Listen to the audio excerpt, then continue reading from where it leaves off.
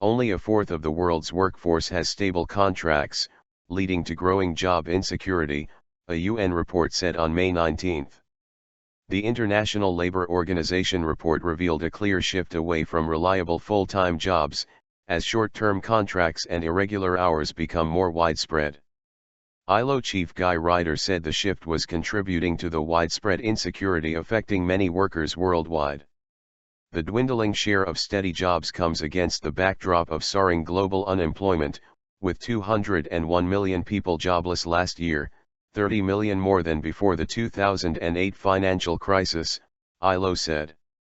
The organization's main annual report, covering more than 180 countries and 84% of the global workforce, said a full three-quarters of workers have temporary or short-term contracts, held informal jobs or were in unpaid family work. Among workers who earn salaries, only 42% have permanent contracts, said the ILO's 2015 World Employment Social Outlook report titled The Changing Nature of Jobs. In such conditions, working is no guarantee of prosperity. Many of the world's workers find themselves in dire poverty, with nearly a quarter of them last year living with their families on less than $2 a day, and 10% of the global workforce lived on earnings of less than $1.25, the report said. This was, however, a vast improvement from 2 decades ago when half the world's workers lived below the $2 poverty line threshold. But while the proportion of workers wallowing in poverty dwindled, the report showed a clear rise in part-time work, especially for women, after the global financial crisis. These new figures point to an increasingly diversified world of work, Ryder said, calling the shift from standard jobs a departure from long-term historical patterns.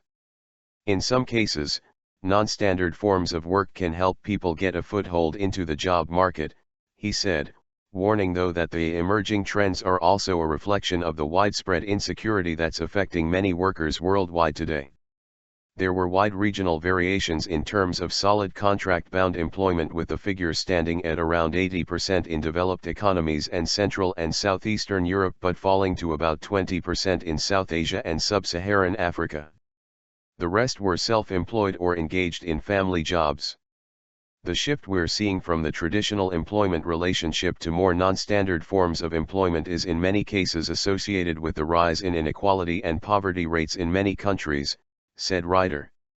What's more, these trends risk perpetuating the vicious circle of weak global demand and slow job creation that has characterized the global economy and many labor markets throughout the post-crisis period.